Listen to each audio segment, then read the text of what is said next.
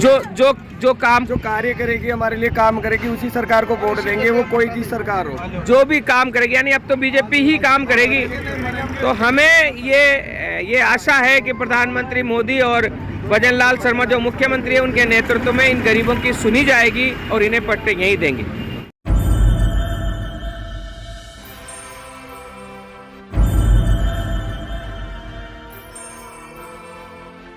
भारत जोड़ो mission society लगातार घुमंतू समाज के बीच में काम कर रहा है। चुनाव से पहले एक और जहां दर्जनों संगठन घुमंतू समाज के हित में काम कर रहे थे, वहीं चुनाव समाप्त होते ही वे संगठन कहां हैं इसका पता भी नहीं चल पा रहा है।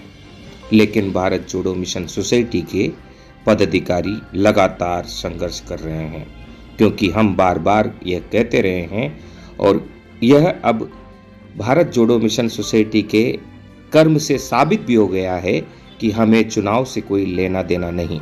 सरकार आए या ना आए, कांग्रेस जीते या बीजेपी जीते, हमें संघर्ष करना है और संघर्ष अंत तक करना है। एक और जहां कई जिलों में रजिस्टर संधारित करने के आदेश आए हैं, वहीं जयपुर में नक्शा बनाने के आदेश के बाद उन घुमंतू समाज के बीच में खुशी की लहर है जो कई वर्षों से अपने उसी जमीन पर रह रहे हैं जहां उनके बुजुर्ग आकर बसे थे।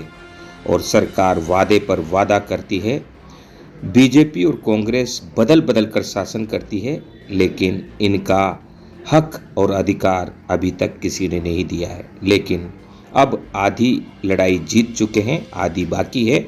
भारत जोड़ो मिशन सोसाइटी वह भी जीतेगा।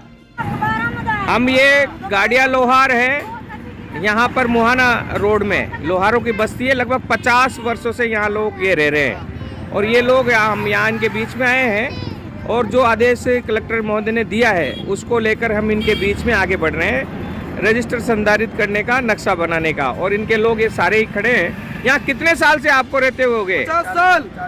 40-50 साल हो गए।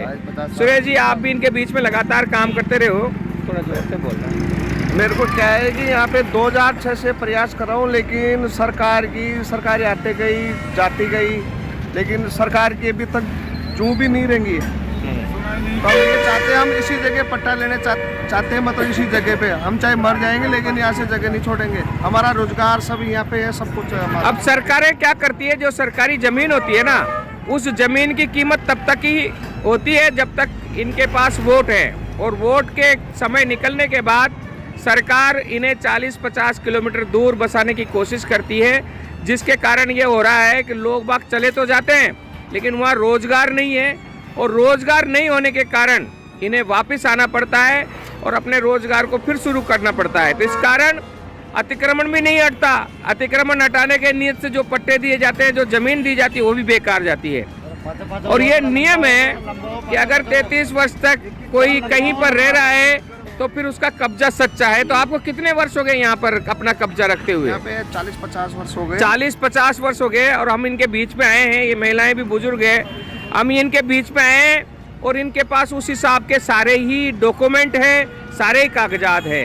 अब गांधी टीवी भारत जोड़ो मिशन सोसाइटी इनके साथ चल रहा है और हमारी ये मांग है सरकार से कि इन्हें इसी जगह पर पट्टा दिया जाए, और इसी जगह पर बसने की जगह भी है काफ़ी सारी, और यहाँ सरकार दे भी सकती है। अगर इनको यहाँ से दूर बसाया जाता है तो वह अन्याय होगा। और इनकी मांग है, ये जो स्थान है ये मुख्यमंत्री का विधानसभा है, तो मुख्यमंत्री के विधानसभा के ये वोटर हैं। आप वो सब वोट देते हो? सब वोट देते हो। और इस बार भारत जोड़ो मिशन सोसाइटी की अपील थी कि हमें बीजेपी के साथ जाना है, बीजेपी का समर्थन करना है, और कोर वोटर है अधिकतर कांग्रेस के। लेकिन इस बार पहली बार जहां रह रहे हैं वहीं पट्टा देने की शर्त पर इन्होंने बीजेपी को वोट दिया, बीजेपी की सरकार बनाई है। अब 6 महीने मुख्यमंत्री के चुनाव हो चुके हैं, 6 महीने बाद प्रधानमंत्री के चुनाव है। हमने भारत जोड़ो मिशन सोसाइटी के नेतृत्व में इनके बीच में तैयारी करना शुरू कर दिया है। अगर जल्दी इन्हें यहाँ पट्टा नहीं दिया तो अगले मोदी जी के चुनाव में हम बीजेपी का बहिष्कार करेंगे, क्योंकि यह अब आर पार की लड़ाई है। और सरकार को वोट देंगे। जो काम जो कार्य करेगी, हमारे लिए काम करेगी, उसी सरकार को वोट देंगे, वो कोई की सरकार हो। जो भी काम करेगी, यानी अब तो बीजेपी ही काम करेगी।